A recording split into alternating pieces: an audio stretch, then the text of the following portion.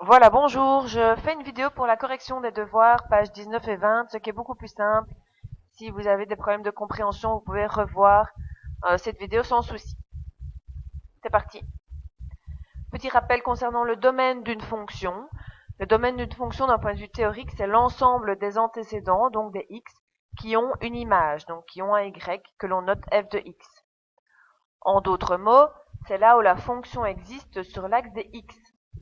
On note ce domaine de la fonction dans un intervalle avec des crochets en lisant en fait la fonction comme une phrase, donc de gauche à droite. Je vais vous montrer avec un exemple, c'est beaucoup plus évident. On note le domaine d'une fonction dom f. Ici, on a une fonction, si on la lit comme une phrase, donc on commence à gauche, le point sur l'axe des x, c'est 0, le point de début, et le point de fin est à ici, en x4. Donc la fonction, elle existe de 0 à 4. Donc comment est-ce qu'on note ça dans un intervalle? Le domaine de la fonction est de 0 à 4 et on ferme les crochets. Autre exemple, ici en fait on voit que la fonction elle débute en moins 1 jusqu'à 1 et puis en fait il y a un trou ici. Entre 1 et 2 il n'y a plus de fonction.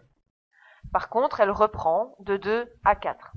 Alors comment est-ce qu'on fait? Là on note deux intervalles avec une union au milieu. Donc on note le premier intervalle, moins 1 à 1, union de 2 à 4. Pour l'ensemble des images d'une fonction de f, c'est l'ensemble des images, donc y, qui ont un antécédent, donc qui ont un x.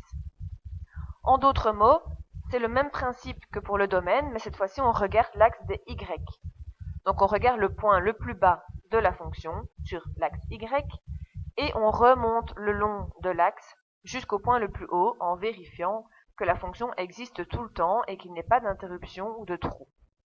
On note aussi l'ensemble d'image d'une fonction dans un intervalle crochet point virgule. Et on note l'ensemble d'images im_f. Reprenons le même exemple qu'avant, mais concentrons-nous donc ici sur l'axe y. On voit que le point le plus bas de la fonction est ici, en 0, et le point le plus haut est là, en y2. Donc im de f va être de 0 à 2. Concernant les points vides ou les points rouges, dans un graphique, en fait, c'est très important parce que vous devez en tenir compte dans la notation de votre intervalle. Un point vide ou un point rouge signifie que ce point ne fait pas partie de la fonction. Donc vous devrez le rejeter. Il ne faut pas le prendre en fait dans les bras de l'intervalle. Donc on exclura le point, on mettra les bras de l'intervalle à l'extérieur de la valeur. Un exemple. Ici, donc, vous avez un point vide en moins 1, moins 1. Si on analyse le domaine de cette fonction, on voit que quand on lit donc la fonction, de gauche à droite, le premier point, c'est ici, en moins 1, donc sur l'axe de x, et le dernier point de la phrase est en 3. Donc le domaine, c'est de moins 1 à 3, mais attention, comme en moins 1, le point est vide, on met les petits crochets à l'extérieur. On ne prend pas moins 1 dans les bras du crochet. Concernant l'ensemble image, on va regarder l'axe Y. On regarde le point le plus bas qui est moins 1, c'est le point vide, et le point le plus haut qui est ici en Y2. Donc l'ensemble des images va de moins 1 à 2 en excluant moins 1 parce que le point est vide.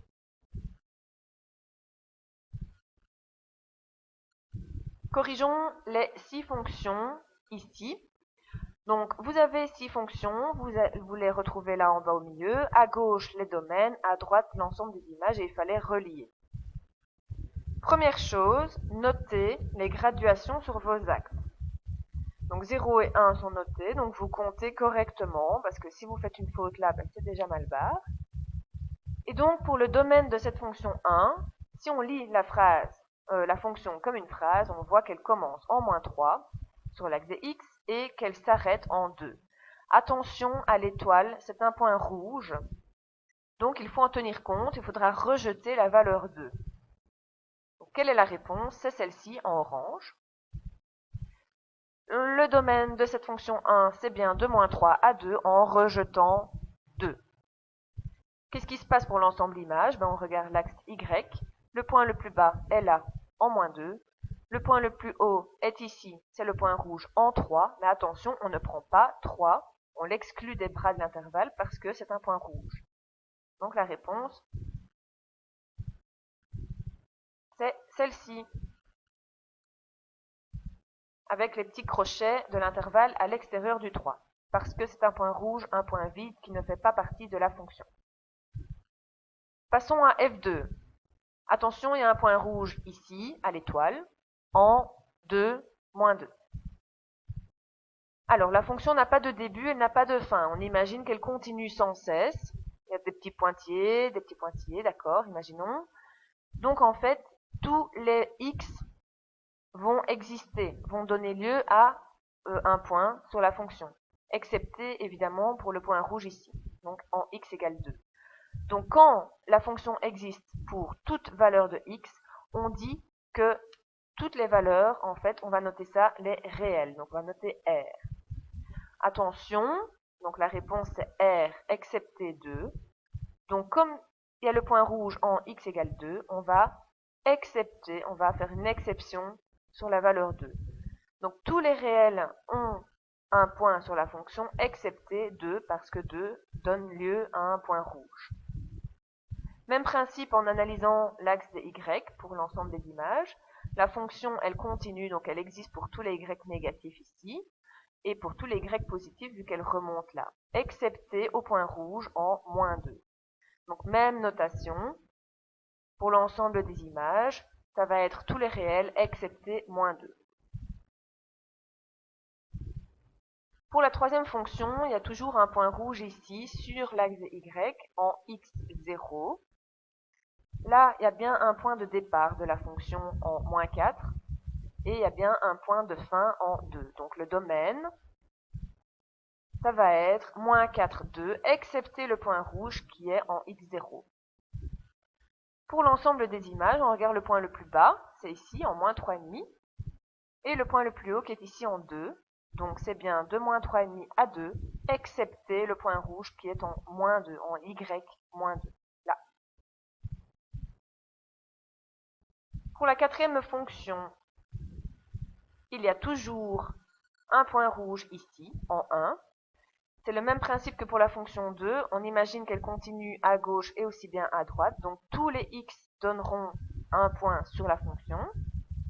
Donc ça va être tous les réels, sauf x0.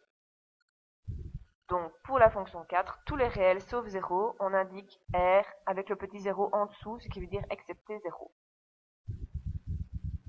Pour l'ensemble des images, on regarde donc l'axe des ordonnées, Y. La fonction existe, elle continue de descendre, donc elle continue d'exister pour les Y négatifs. Elle continue de monter doucement, certes, mais quand même. Donc tous les Y positifs auront une valeur, donneront lieu à un point pour la fonction, excepté le point rouge en Y1. Donc la réponse, c'est tous les réels excepté la valeur 1. Pour la fonction 5, on a un point de début, un point de fin, mais attention, ils sont tous les deux rouges, donc les crochets vont aller vers l'extérieur. Donc le domaine, c'est de moins 1 à 2, avec les crochets vers l'extérieur pour les deux valeurs, parce que les deux points sont rouges. Et l'ensemble des images, pour la fonction 5, c'est de moins 4, le point le plus bas, sur l'axe des Y, moins 4, ici, jusque 0. La dernière fonction est très simple, il n'y a pas de point rouge, d'accord? Si on lit la phrase, elle commence ici en moins 3 et elle se termine en 2. Donc la ligne mauve, c'est bien de moins 3 à 2, intervalle classique. On prend les valeurs dans les crochets parce que tout est vert. Et si on regarde l'ensemble des images, la réponse c'est moins 4 jusque 2 parce que le point le plus bas est ici, en moins 4, et que le point le plus haut est là, en Y2. Concernant la page 20, donc j'ai subdivisé par ligne. J'accélère un petit peu le rythme. Première chose, on note les graduations pour ne pas faire d'erreur. Pour le domaine de F1, on regarde donc où la fonction existe sur l'axe de x. Vous voyez que c'est en surbrillance. Le premier point, quand on lit la fonction, il est ici, en -1, et le dernier, il est là-bas, en 4. Donc la fonction, elle existe ici, sur la partie fluorée, on va dire, de -1 à 4. Sans point rouge, sans exception, rien du tout. Pour ce qui est de l'ensemble image, on regarde l'axe Y, on voit que la fonction, elle existe de -3 jusqu'à 2, sans interruption aussi, donc l'intervalle s'écrit de -3 à 2, crochet vers l'intérieur. Pour la fonction 2, il y a un point rouge ici près de l'étoile, donc on mettra les crochets à l'extérieur pour ce point. Le domaine de la fonction, le premier point de la phrase, on va dire, est à -5, le point final est ici en 0, donc le domaine c'est de -5 à 0. Donc vous voyez que la barre en fluo, tous les x de -5 à 0 donnent lieu à une fonction, excepté, attention, la valeur -5 que l'on rejette parce que le point est rouge. Pour l'ensemble des images, on voit que la fonction existe du point le plus bas, donc -1, jusqu'à 4. Attention, 4, on ne prend pas dans les bras de l'intervalle parce que c'est un point rouge. Pour la troisième fonction, les deux points sont rouges, donc aussi bien le début que la fin, donc on va exclure ces valeurs. Le domaine de la fonction 3, c'est de -5 à 3. Et l'ensemble des images, le point le plus bas est en 1, le point le plus haut est en 5, que l'on ne prend pas parce que les deux points sont rouges. Je continue. Première fonction. On imagine que la fonction continue. On note le point de début pour le domaine. Et vous regardez en jaune la flèche, la fonction va continuer à exister pour tous les x positifs. Elle continue, vous imaginez qu'il y a des petits points. Donc, on va mettre le début de la phrase, de la fonction dans les crochets, de -1 à jusque l'infini. Donc moi je note une flèche, il y en a qui ont appris avec un signe infini. Je préfère la flèche, mais voilà, il n'y a pas de souci si vous mettez le signe infini.